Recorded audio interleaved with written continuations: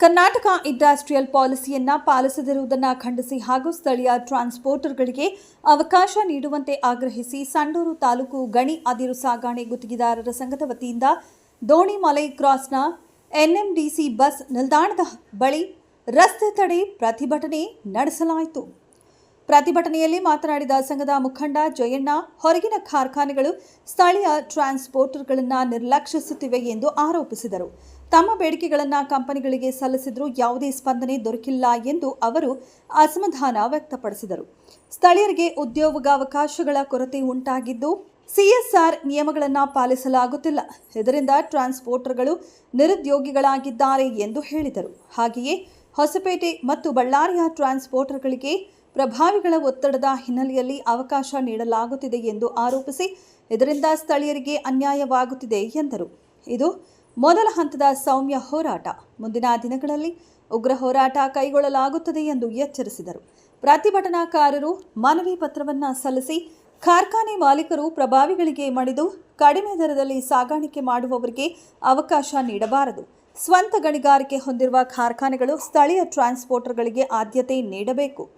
8/2/2025 ಕರ್ನಾಟಕ ಹೊಸ ಇಂಡಸ್ಟ್ರಿಯಲ್ ಪಾಲಿಸಿಯನ್ನು ಕಟ್ಟುನಿಟ್ಟಾಗಿ ಪಾಲಿಸಬೇಕು ಎಂದು ಆಗ್ರಹಿಸಿದರು. ಇದಲ್ಲದೆ ಜಿಂದಾಲ್ ಕಂಪನಿಯು ನಿಗದಿಪಡಿಸಿರುವ ಪ್ರತಿ ಕಿಲೋಮೀಟರ್ ದರವನ್ನು ಅನುಸರಿಸಿ ಎಂಎಂಆರ್ಡಿ ನಿಯಮದಂತೆ ಪಾವತಿ ಮಾಡಬೇಕು. ಗಣಿ ಬಾಧಿತ ಪ್ರದೇಶಗಳಲ್ಲಿ ಆರೋಗ್ಯ, ಶಿಕ್ಷಣ ಹಾಗೂ ಮೂಲಭೂತ ಸೌಲಭ್ಯಗಳನ್ನು ಒದಗಿಸಬೇಕು. ಸ್ಥಳೀಯ ಯುವಕರಿಗೆ ಉದ್ಯೋಗಾವಕಾಶ ಕಲ್ಪಿಸಬೇಕು. ಹೊರ ಜಿಲ್ಲೆಗಳಿಗೆ ಸಾಗಾಣಿಕೆ ಗುತ್ತಿಗೆಗಳನ್ನು ಸ್ಥಳೀಯರಿಗೆ ನೀಡಬೇಕು ಎಂದು ಒತ್ತಾಯಿಸಿದರು. ಈ ದಿನದ ಒಂದು ದಿನದ ಸಾಂಕೇತಿಕ ಪ್ರತಿಭಟನೆ, ರಸ್ತೆ ತಡೆ ಈ ಒಂದು ಕಾರ್ಯಕ್ರಮಕ್ಕೆ ಆಗಮಿಸಿರ್ತಕ್ಕಂಥ ಎಲ್ಲ ಪತ್ರಿಕಾ ಮಾಧ್ಯಮದ ಸ್ನೇಹಿತರಿಗೆ ನಮಸ್ಕಾರಗಳು. ಈ ಹಿಂದೆ ನಾವು ಪ್ರತಿಭಟನೆ ಪ್ರೆಸ್ ಮೀಟ್ ಮಾಡಿದ್ವಿ ತಮ್ಮ ಮುಂದೆ. ಇವತ್ತೇನು ಸಂಡೂರು ತಾಲೂಕಿನಿಂದ ಏನು ನಮ್ಮ ಮೈನ್ಸ್ಗಳಿಂದ ಇವತ್ತು ಎಲ್ಲ ಹೊರಗಿನ ಫ್ಯಾಕ್ಟ್ರಿಗಳವರು, ಬಳ್ಳಾರಿ, ವಿಜಯನಗರ ಮತ್ತು ಕೊಪ್ಪಳ ಜಿಲ್ಲೆಗಳಿರ್ತಕ್ಕಂಥ ಫ್ಯಾಕ್ಟ್ರಿಗಳವರು ಇಲ್ಲಿಂದ ನಮ್ಮ ಮೈನ್ಸ್ಗಳಿಂದ ಕಬ್ಬಿಣದ ಅದಿರನ್ನು ಏನು ಪರ್ಚೇಸ್ ಮಾಡಿ ತಗೊಂಡು ಹೋಗ್ತಿದ್ದಾರೆ. ಸಂಡೂರಿನ ಸ್ಥಳೀಯ ಒಂದು ಟ್ರಾನ್ಸ್ಪೋರ್ಟರ್ಗಳಿಗೆ ಇವತ್ತು ನಿರ್ಲಕ್ಷ್ಯ ಮಾಡಿದ್ದಾರೆ. ನಮಗೆ ಟ್ರಾನ್ಸ್ಪೋರ್ಟ್ ಕೊಡ್ತಾ ಇಲ್ಲ. ಕೆಲವು ಪ್ರಭಾವಿಗಳಿಗೆ ಮಣಿದು ಅಲ್ಲಿ ಹೊಸಪೇಟೆ ಮತ್ತು ಬಳ್ಳಾರಿ ಅವರು ಬಹಳಷ್ಟು ಟ್ರಾನ್ಸ್ಪೋರ್ಟ್ ಮಾಡ್ತಾ ಇದ್ದಾರೆ. ಸ್ಥಳೀಯರಿಗೆ ಕೊಪ್ಪಳದ ಜಿಲ್ಲೆಗಳವರು ಸ್ಥಳೀಯ ಟ್ರಾನ್ಸ್ಪೋರ್ಟರ್ಗಳಿಗೆ ನ್ಯಾಯ ಸಿಗಬೇಕು. ಇಲ್ಲಿ ಬಹಳಷ್ಟು ಜನ ನಿರುದ್ಯೋಗಿಗಳಿದ್ದಾರೆ. ಟ್ರಾನ್ಸ್ಪೋರ್ಟರ್ಗಳು ಸುಮಾರು 200 ಜನ ಟ್ರಾನ್ಸ್ಪೋರ್ಟರ್ಗಳಿದ್ದಾರೆ. ಜಿಂದಾಲ್ ಕ್ಯಾಪ್ಟಿವ್ ಮೈನ್ಸ್ನಿಂದ ಸುಮಾರು 100-150 ಜನ ಟ್ರಾನ್ಸ್ಪೋರ್ಟರ್ಗಳನ್ನ ಏಕಕಾಲದಲ್ಲಿ ತೆಗೆದು ಹಾಕಿದ್ರು. ಆ ಎಲ್ಲಾ ಟ್ರಾನ್ಸ್ಪೋರ್ಟರ್ಗಳು ಕೂಡ ಇವತ್ತು ಈ ಗಣಿಬಾಧಿತ ಪ್ರದೇಶಗಳವರು, ಈ ಗಣಿಗಳನ್ನೇ ನಂಬಿ ಜೀವನ ಮಾಡ್ತಕ್ಕಂಥವ್ರು, ಇವ್ರಿಗೆ ಟ್ರಾನ್ಸ್ಪೋರ್ಟ್ ಬೇಕಂತ ಹೇಳಿ ತಮ್ಮ ಮುಂದೆ ಈ ಹಿಂದಿನ ಪತ್ರಿಕಾಗೋಷ್ಠಿಯಲ್ಲಿ ನಾವು ವಿಚಾರವನ್ನು ಮಂಡಿಸಿದ್ವಿ. ಏನು ಪತ್ರಿಕಾಗೋಷ್ಠಿಯಲ್ಲಿ ಮಂಡಿಸಿರ್ತಕ್ಕಂಥ ವಿಷಯಗಳು ಸುಮಾರು ಒಂದು 12 ಪಾಯಿಂಟ್ಗಳು ತಗೊಂಡು ಹೋಗಿ ನಾವು ಎಲ್ಲ ಫ್ಯಾಕ್ಟ್ರಿಗಳವರಿಗೆ ತಲುಪಿಸಿ ನಮ್ಮ ಬೇಡಿಕೆಗಳನ್ನ ಅವ್ರ ಮುಂದೆ ಇಟ್ಟಿದ್ದೀವಿ. ಟ್ರಾನ್ಸ್ಪೋರ್ಟ್ ಕೊಡಬೇಕು, ಜೊತೆಗೆ MMRD ಆಕ್ಟ್ ಪ್ರಕಾರ ಏನು ಜಿಂದಾಲ್ ಅವರು ಯಾವ ರೀತಿ ಲಾರಿ ಓನರ್ಗಳಿಗೆ ರೇಟ್ ಫಿಕ್ಸ್ ಮಾಡಿದ್ದಾರೆ ಪರ್ ಟನ್ ಪರ್ ಕಿಲೋಮೀಟರ್, ಆ ರೇಟ್ ಫಿಕ್ಸ್ ಮಾಡಬೇಕು. ಆಮೇಲೆ ತಿಂಗಳ ಒಳಗಡೆ ಪೇಮೆಂಟ್ ಕೊಡಬೇಕು. ಪ್ರತಿ ಲಾರಿಗಳವರಿಗೆ ಪ್ರತಿದಿನ ಪೇಮೆಂಟ್ ತಲುಪ್ತಕ್ಕಂಥ ವ್ಯವಸ್ಥೆ ಆಗಬೇಕು. ಆಮೇಲೆ ಟ್ರಾನ್ಸ್ಪೋರ್ಟ್ಗಳು ಮಾರ್ಜಿನ್ ಸಪ್ರೇಟ್ ಇರಬೇಕು. ಲಾರಿಗಳ ರೇಟ್ ಸಪ್ರೇಟ್ ಇರಬೇಕು, ಟ್ರಾನ್ಸ್ಪೋರ್ಟ್ಗಳು ಮಾರ್ಜಿನ್ ಸಪ್ರೇಟ್ ಇರಬೇಕು. ಆಮೇಲೆ ಗಣಿಬಾಧಿತ ಪ್ರದೇಶಗಳಲ್ಲಿ ಇರ್ತಕ್ಕಂಥ ವಿದ್ಯಾವಂತ ಯುವಕರಿಗೆ ನೀವು ಕೆಲಸಗಳನ್ನು ಕೊಡ್ಬೇಕು. ಯಾಕಂದ್ರೆ ಇಲ್ಲಿನ ಅದಿರು ಪರ್ಚೇಸ್ ಮಾಡಿ ನೀವು ಅಲ್ಲಿ ಫ್ಯಾಕ್ಟ್ರಿಗಳನ್ನು ನಡೆಸ್ತಾ ಇದ್ರಿ, ಆ ಭಾಗದ ಜನಗಳು ತಗೊಂತೀರಿ. ಇಲ್ಲೂ ಕೂಡ ಇವತ್ತು ಸಾವಿರಾರು ಜನಗಳು ನಿರುದ್ಯೋಗಿಗಳು, ವಿದ್ಯಾವಂತ ಯುವಕರು ಇದ್ದಾರೆ. ಇವ್ರಿಗೆ ಕೂಡ ಕೆಲಸ ಕೊಡಬೇಕು. ಇಲ್ಲಿ CSR ವರ್ಕ್ಗಳನ್ನ ಸಂಬಂಧಪಟ್ಟಂತೆ ತಮ್ಮ ಒಂದು ವ್ಯಾಪ್ತಿಯಲ್ಲಿ ಬಂದ್ರೆ ತಾವು ಮಾಡ್ಬೇಕು ಅಂತ ಹೇಳಿ ಬಹಳಷ್ಟು ಬೇಡಿಕೆಗಳನ್ನ ಇಟ್ಟು ಸುಮಾರು ನಾವು 1 ತಿಂಗಳ ಕಾಲ ಬಳ್ಳಾರಿ ಜಿಲ್ಲೆ, ವಿಜಯನಗರ ಜಿಲ್ಲೆ ಮತ್ತು ಕೊಪ್ಪಳ ಜಿಲ್ಲೆಯಲ್ಲಿ ಇರ್ತಕ್ಕಂಥ ಎಲ್ಲ ಫ್ಯಾಕ್ಟ್ರಿಗಳಿಗೆ ನಮ್ಮ ಬೇಡಿಕೆಗಳ ಒಂದು ಪತ್ರವನ್ನ ತಲುಪಿಸಿದ್ವಿ. ಅವ್ರ ಹತ್ರ ರಿಸೀವ್ಡ್ ಕೂಡ ತಗೊಂಡಿದೀವಿ. ಅದಾದ್ಮೇಲೆ ನಾವು ಫೋನ್ ಮುಖಾಂತರ ಸಂಪರ್ಕ ಮಾಡಿದಾಗ ಮತ್ತೆ ಯಥಾಸ್ಥಿತಿ ಅವ್ರು ಕಾಪಾಡ್ತಾರೆ. ಯಾರು ಕೂಡ ಫ್ಯಾಕ್ಟ್ರಿ ಅವರು ರೆಸ್ಪಾನ್ಸ್ ಮಾಡ್ತಾ ಇಲ್ಲ. ಮತ್ತೆ ನಿರ್ಲಕ್ಷ್ಯ ಭಾವನೆ, ಇವ್ರೇನ್ ಮಾಡ್ತಾರೆ ಅನ್ನೋ ಭಾವನೆ ಮೇಲೆ ಇದ್ದಾರೆ. ಹಾಗಾಗಿ ನಾವು ಎಲ್ಲ ಟ್ರಾನ್ಸ್ಪೋರ್ಟ್ ಅಸೋಸಿಯೇಷನ್ ಅವರು ಎಲ್ಲರೂ ಸೇರಿಬಿಟ್ಟು ನಾವೊಂದು ತೀರ್ಮಾನ ಮಾಡಿ ಇವತ್ತು ತಾಲೂಕು ಆಫೀಸರ್ ತಹಸೀಲ್ದಾರ್ ಅವರಿಗೆ ಒಂದು ಮನವಿ ಮಾಡ್ತೀವಿ. ನಮ್ಮನ್ನು ನಿರ್ಲಕ್ಷ್ಯಕ್ಕೊಳಪಡಿಸ್ತಾ ಇದ್ದಾರೆ ಎಲ್ಲ ಹೊರಗಿನ ಫ್ಯಾಕ್ಟ್ರಿಗಳವರು. ನಮಗೆ ನ್ಯಾಯ ಬೇಕು. ಇಲ್ಲಿ ಟ್ರಾನ್ಸ್ಪೋರ್ಟ್ ಇಲ್ಲ ಅಂದ್ರೆ ನಮ್ಮ ಜೀವನ ಕಷ್ಟ ಇದೆ. ಹಾಗಾಗಿ ನಮಗೆ ಟ್ರಾನ್ಸ್ಪೋರ್ಟ್ ಸಿಗೋವರೆಗೂ ಕೂಡ ನಾವು ಹೋರಾಟ ಮಾಡ್ತೀವಿ, ನಮಗೆ ಅವಶ್ಯಕವಾಗಿ ಅವ್ರು ಟ್ರಾನ್ಸ್ಪೋರ್ಟ್ ಕೊಡ್ಲೇಬೇಕಂತ ಹೇಳಿ ನಾವು ಕಾನೂನಾತ್ಮಕವಾಗಿ ಇವತ್ತು ರಸ್ತೆ ತಡೆದು ಒಂದು ದಿನದ ಪ್ರತಿಭಟನೆಯನ್ನ ನಾವು ಹಮ್ಮಿಕೊಂಡಿವಿ. ನಾವೊಂದು ಇದ್ರ ಮುಖಾಂತರ ಒಂದು ಸಂದೇಶವನ್ನು ಕೊಡ್ತಾ ಇದೀವಿ. ಮುಂದಿನ ದಿನಗಳಲ್ಲಿ ನೀವು ಖಂಡಿತವಾಗಲೂ ಸಂಡೂರು ತಾಲೂಕಿನಲ್ಲಿರ್ತಕ್ಕಂಥ ಎಲ್ಲ ಟ್ರಾನ್ಸ್ಪೋರ್ಟರ್ಗಳಿಗೆ ನೀವು ಟ್ರಾನ್ಸ್ಪೋರ್ಟ್ ಕೊಡಬೇಕು ಅನ್ನುವಂಥದ್ದು ನಮ್ಮ ಪ್ರಬಲವಾದ ವಾದ. ಅದು ಮೊದಲಿನಿಂದ ಕೂಡ ಕೆಲವು ಪ್ರಭಾವಿಗಳು, ಕೆಲವು ಭ್ರಷ್ಟ ವ್ಯವಸ್ಥೆಗಳಿಂದ ಇಲ್ಲಿ ಸ್ಥಳೀಯರಿಗೆ ಟ್ರಾನ್ಸ್ಪೋರ್ಟ್ ಸಿಗಲಾರ್ದಂಗೆ ಆಗಿದೆ. ಅದ್ರ ಉದ್ದೇಶ ಏನಂದ್ರೆ ಇವತ್ತು ಜಿಂದಾಲ್ ಅವರು ಏನ್ ರೇಟ್ ಫಿಕ್ಸ್ ಮಾಡ್ಯಾರ per ton per kilometer rate ಕೇಳ್ತಿರೋದೇ ಅದೇ ಉದ್ದೇಶಕ್ಕೆ. ಯಾಕಂದ್ರೆ ಹೊರಗಿನ ಟ್ರಾನ್ಸ್ಪೋರ್ಟ್ಗಳವರು ಇವತ್ತು ಕಾಂಪಿಟೇಷನ್ ಇಡ್ತಾ ಇದಾರೆ, ಯಾರು ಕಡಿಮೆ ರೇಟ್ಗೆ ಟ್ರಾನ್ಸ್ಪೋರ್ಟ್ ಮಾಡಿಕೊಡ್ತಾರೆ ಅಂತವ್ರಿಗೆ ಕೊಡ್ಬೇಕಂತ ಹೇಳಿ. ಈಗ ಅಲ್ಲೇನ್ ಮಾಡ್ತಾರೆ, ಹೊಸಪೇಟೆ ಮತ್ತು ಬಳ್ಳಾರಿನಲ್ಲಿ ಇರ್ತಕ್ಕಂಥ ಪ್ರಭಾವಿಗಳು ಇಲ್ಲಿ ಕೆಲವು ಭ್ರಷ್ಟರನ್ನ, ಕೆಲವು ವ್ಯವಸ್ಥೆಗಳನ್ನ ಇಟ್ಕೊಂಡು ಅಲ್ಲಿ ಫ್ಯಾಕ್ಟ್ರಿಗಳಲ್ಲಿ ಟ್ರಾನ್ಸ್ಪೋರ್ಟ್ ತಗೊಂಡು ಅವ್ರಿಗೇನೋ ಸ್ವಲ್ಪ ಸಮಥಿಂಗ್ ಮಾಡಿ ಆ ವ್ಯವಸ್ಥೆ ಮುಖಾಂತರ ಅವ್ರು ಹೋಗ್ತಾರೆ. ಇಲ್ಲಿ ಸ್ಥಳೀಯರಿಗೆ ಟ್ರಾನ್ಸ್ಪೋರ್ಟ್ ಕೊಟ್ಟರೆ ಸ್ಥಳೀಯರು ಯಾರು ಕೂಡ ₹1 ಬೇರೆಯವ್ರಿಗೆ ಕೊಡೋದಿಲ್ಲ. ಹಾಗಾಗಿ ಇವತ್ತು ಪ್ರಭಾವಗಳು ಇರ್ತಕ್ಕಂಥವ್ರು ಮೊದಲಿಂದ ಆ ವ್ಯವಸ್ಥೆನಲ್ಲಿ ಬಂದಿದ್ದಾರೆ, ಅವರು ಆ ವ್ಯವಸ್ಥೆನಲ್ಲಿ ಹೋಗ್ತಾ ಇದಾರೆ. ಸ್ಥಳೀಯರಿಗೆ ಟ್ರಾನ್ಸ್ಪೋರ್ಟ್ ಕೊಟ್ರೆ ಇಲ್ಲಿ ಸಿಗೋದಿಲ್ಲ ಏನು ಅನ್ನುವಂತ ಅವಕಾಶ.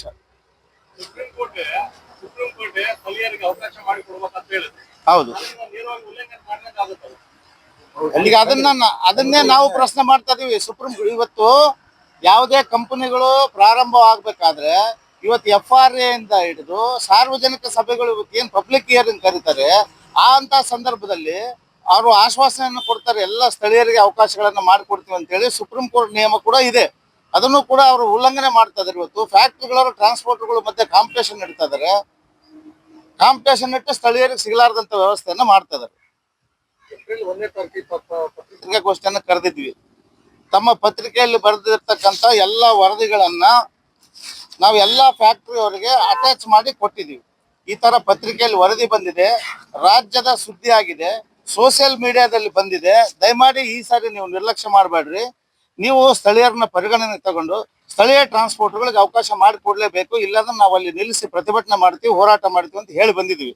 ಇದೆಲ್ಲ ಸುಮಾರು ನಮಗೆ 15-20 ದಿವಸಗಳು ಟೈಮ್ ತಗೊಂತೈತೆ. 3 ಜಿಲ್ಲೆಗಳಿಗೆ ಹೋಗಿ ಎಲ್ಲಾ ಫ್ಯಾಕ್ಟ್ರಿಗಳನ್ನು ಸಂಪರ್ಕ ಮಾಡಿ ಹೇಳಿದೀವಿ.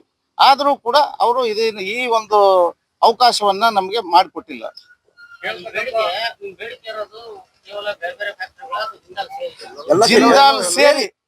ಜಿಂದಾಲ್ ಸೇರಿ ನಮ್ಮ ಬೇಡಿಕೆ ಎಷ್ಟು ಅದಿರು ಹೋಗ್ತಲ್ಲ, ಎಲ್ಲ ಆಲ್ ಓವರ್ ನಮ್ಮ ದೇಶದಾಗ ಎಲ್ಲಿ ಹೋಗ್ತಾ ಇದ್ರು ಎಲ್ಲ ಫ್ಯಾಕ್ಟ್ರಿ ಸೇರಿ ನಾವು ಮಾತಾಡ್ತಿರೋದು. ಬರೀ ಬಳ್ಳಾರಿ ಹೊಸಪೇಟೆ ಸೀಮಿತ ಇಲ್ಲ, ಗೋವಾ, ವೇದಾಂತ, ಮಾಂಡವಿ, ಈ ಆರ್ಜಾಸು ಎಷ್ಟು ನಮ್ಮ ಅದಿರು ಹೋಗುತ್ತೆ ನಮ್ಮ ಸೊಂಡೂರಿಂದ. ಎಲ್ಲ ಫ್ಯಾಕ್ಟ್ರಿ ಕೇಳ್ತೀವಿ, ನಮ್ಮೆಲ್ಲ ಸೊಂಡೂರು ಆದ್ಯತೆ ಮಾಡಿ ನಿಮ್ಗೆ ಟ್ರಾನ್ಸ್ಪೋರ್ಟ್ ಕೊಡ್ರಿ ಅಂತ ಕೇಳ್ತಿದ್ವಿ. ಈಗ ಸಾಮೋಪಾಯ, ಭೇದೋಪಾಯ, ದಂಡೋಪಾಯ ಈಗ ಬಂದಿದೀವಿ ನಾವು, ಹೋರಾಟದ ಮಾರ್ಗಕ್ಕೆ ಬಂದಿದೀವಿ. ಸಾಮೋಪಾಯದಲ್ಲಿ ಕೇಳ್ತಾ ಇದೀವಿ, ಇದಕ್ಕೆ ಬಗ್ಗೆ ಇಲ್ಲ. ನೆಕ್ಸ್ಟ್ ಭೇದೋಪಾಯಕ್ಕೆ ಬರ್ತೀವಿ, ಕೊನೆಗೆ ದಂಡೋಪಾಯದ ಮುಖಾಂತರ ನಾವು ತಗೊಳ್ತೀವಿ ಅಂತಕ್ಕಂಥ ವಿಶ್ವಾಸ ನಮ್ಮೆಲ್ಲರಿಗೂ ಕೂಡ ಇದೆ. ಖಂಡಿತವಾಗ್ಲೂ ತಗೊಳ್ತೀವಿ, ನಮ್ಮ ಹಕ್ಕು. ಇಲ್ಲಿ ನೆಲ ನಮ್ದು, ಜಲ ನಮ್ದು, ಗಾಳಿ ನಮ್ದು.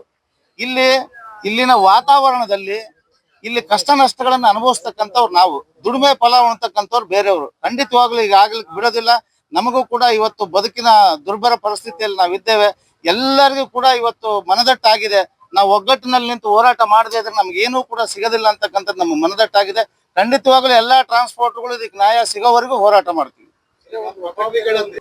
ಪ್ರಭಾವಿಗಳು ನಮ್ಮಲ್ಲಿಲ್ಲ, ಪ್ರಭಾವಿಗಳು ಮಧ್ಯವರ್ತಿಗಳು. ಇಲ್ಲಿ ಏನಿಲ್ಲ, ಇಲ್ಲಿ ಯಾರ್ದು ಆಸ್ತಿ ಇಲ್ಲ ಅವ್ರದ್ದು. ಇಲ್ಲಿ ಕಾನೂನು ಪ್ರಕಾರ 2025 ಆಕ್ಟ್ ಏನ್ ಹೇಳ್ತದೆ ಅದನ್ನ ಪಾಲನೆ ಮಾಡ್ರಿ ಅಂತ ನಾವು ಫ್ಯಾಕ್ಟ್ರಿಗಳಿಗೆ ಕೇಳ್ತೀವಿ. ಯಾವುದೇ ಪ್ರಭಾವಿಗಳ ಹತ್ರ, ಮಧ್ಯವರ್ತಿಗಳ ಹತ್ರ ನಮ್ ಸಂಪರ್ಕ ಇಲ್ಲ. ನಮ್ದು ಇರ್ತಕ್ಕಂಥದ್ದು ಫ್ಯಾಕ್ಟ್ರಿ ಅವ್ರ ಹತ್ರ. ನಮಗೆ ಇಲ್ಲಿ ಹಕ್ಕಿದೆ ಕೇಳಲಿಕ್ಕೆ, ನಮಗೆ ಪ್ರತಿಭಟನೆ ಮಾಡ್ಲಿಕ್ಕೆ ಹಕ್ಕಿದೆ. ನಮ್ಮ ಹಕ್ಕನ್ನ ನಮಗೆ ಕೊಡ್ರಿ ಅಂತ ನಾವು ಅವ್ರ ಹತ್ರ ಹೋರಾಟ ಮಾಡ್ತೀವಿ. ಅದು ಸಿಗೋವರೆಗೂ ಕೂಡ ಮಾಡ್ತೀವಿ. ಇವತ್ತಿಂದ ಒಂದು ಹೋರಾಟ ಅವ್ರಿಗೆ ತಲುಪ್ತತೆ. ಇವತ್ತೇನಾಗಿದೆ ಅಂತಕ್ಕಂಥದ್ದು ಇವತ್ತು ತಲುಪ್ತತೆ.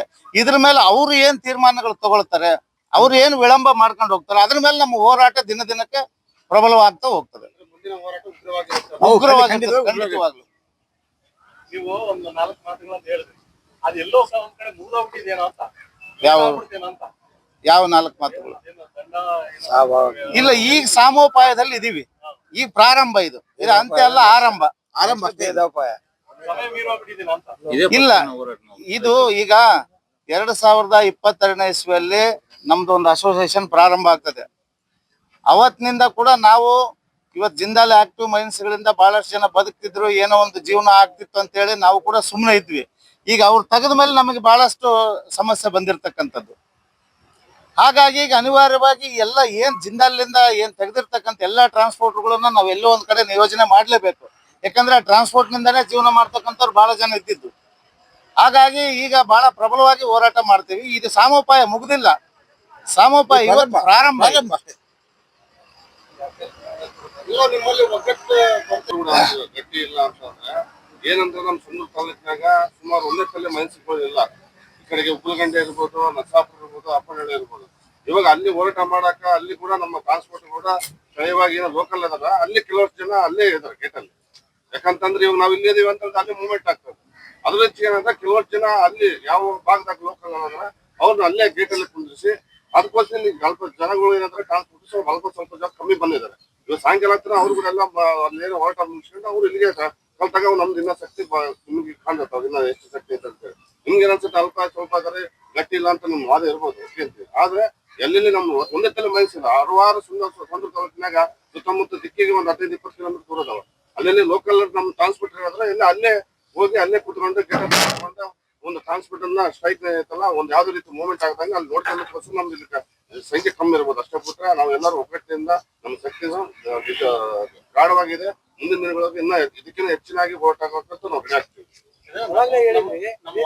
ವೇದಿಕೆ ಮೇಲೆ ಮಾತಾಡ್ತಾ ಹೇಳಿದ್ರಿ 15 ದಿನಗಳ ಮುಂಚೆನೆ ನಾವು ಎಚ್ಚೆತ್ಕೊಂಡಿದ್ರೆ ಏನೋ ಒಂದ್ ಕಡೆ ಒಳ್ಳೇದಾಗ್ತಿತ್ತು. ಆದ್ರೆ ಈಗ ಎಲ್ಲೋ ಒಂದ್ ಕಡೆ ಕಾಲ ನಿಂತಿದೆ ಅನ್ನುವಂತ ವೇದಿಕೆ ಮೇಲೆ ಉತ್ತರ ಕೊಡ್ತೇವೆ.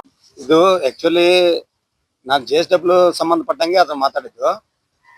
ಈಗ ಹೊರ ರಾಜ್ಯಗಳು ಅಥವಾ ಜಿಲ್ಲೆಗಳು ಸಂಬಂಧ ಇವತ್ತು ಎಲ್ಲರೂ JSW ಒಂದು ಕ್ಯಾಪ್ಟಿವ್ ಮೈನ್ಸ್ 5-6 ಮೈನ್ಸ್ಗಳು ಇರ್ತಕ್ಕಂಥ ಟ್ರಾನ್ಸ್ಪೋರ್ಟರ್ಗಳೆಲ್ಲ 100-150 ಜನ ಹೊರಗೆ ಬೀದಿ ಬಿದ್ರು. ಈಗ ಇರ್ತಕ್ಕಂಥ ಒಂದು 50% ಅದ್ರ ಏನು ಸಾಗಾಣಿಕೆ ಆಗ್ತದಲ್ಲ, ಅದರಲ್ಲೇ ಅಲ್ಲಿ ಅಟ್ಲೀಸ್ಟ್ ನಾವು ಎಲ್ಲೆಲ್ಲ ಹೊರಗಡೆ ಅಲ್ಲಿ ಇಲ್ಲಿ 100% ಮಾಡೋ ಫ್ಯಾಕ್ಟ್ರಿಗಳು ಇದಾವೆ. ಅಂದ್ರೆ 10 ಜನ ಹೊರಗಡೆ ಇರ್ತಕ್ಕಂಥ ಫ್ಯಾಕ್ಟ್ರಿಗಳು ಹೊರಗಡೆ ಮಾಡ್ತಿದಾರೆ. ಸೊ ಈಗ ಅದರಲ್ಲಿ ಒಂದು 50% ಆದ್ರೆ ಒಂದು 4,000 ಸಾವಿರ 8,000 ಟನ್ ಆ ತರ ಎಲ್ಲ ಒಂದ್ ಸ್ವಲ್ಪ ಮಂದಿಗೆ ಅಕಂಡೆಂಟ್ ಆಗ್ತದೆ, ಎಲ್ಲರಿಗೆ ಅನುಕೂಲ ಆಗ್ತದೆ ಹೊರಗಿನ. ತದನಂತರ JSW ಕೂಡ ನಾವು ಎಲ್ಲ ನಮ್ಮ ರಾಜಕೀಯವಾಗಿ ಕೂಡ ನಾವು ಎಲ್ಲ ಪಕ್ಷಾತೀತವಾಗಿ ಸಂಡೂರಿನಲ್ಲಿ ಯಾರು ಟ್ರಾನ್ಸ್ಪೋರ್ಟರ್ಗಳು ಬರೇ ಇಂಥ ಪಕ್ಷದವರೇ ಮಾಡ್ಬೇಕಂತ ಏನಿಲ್ಲ. ಆಂಧ್ರ ರೂಲ್ ಏನಿಲ್ಲ ನಮ್ಮಲ್ಲಿ. ಆಂಧ್ರದಲ್ಲಿ ಅಂದ್ರೆ ಯಾವ ಅಧಿಕಾರಕ್ಕೆ ಬರುತ್ತೆ ಅವರೇ ರೂಲ್, ಅವ್ರು ಮಾಡಿದ್ದೆ ಇದು. ಆ ತರ ಕೆಲವು ಕಡೆ ನಡೀತಿದೆ.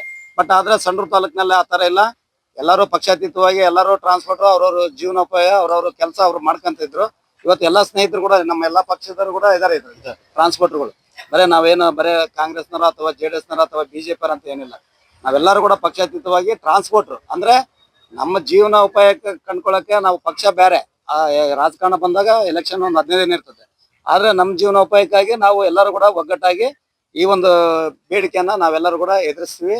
ಇದನ್ನ ಅತ್ಯಂತ ನಮ್ಮ ಅಧ್ಯಕ್ಷರು ಹೇಳ್ದಂಗೆನೆ ನಾವೆಲ್ಲರೂ ಕೂಡ ಮುಂದಿನ ದಿನಮಾನದಲ್ಲಿ ಸ್ಟೆಪ್ 1, ಸ್ಟೆಪ್ 2, ಸ್ಟೆಪ್ 3 ಮುಂದಕ್ಕೆ ಏನಾಗ್ತದೆ ಮುಂದೆ ನಾವೆಲ್ಲರೂ ಕೂಡ ಒಗ್ಗಟ್ಟಾಗಿ ಎದುರಿಸ್ತಕ್ಕಂಥ ಒಂದು ಪ್ರಾಮಾಣಿಕ ಪ್ರಯತ್ನ ನಾವೆಲ್ಲರೂ ಸೇರಿ ಮಾಡ್ತೀವಿ.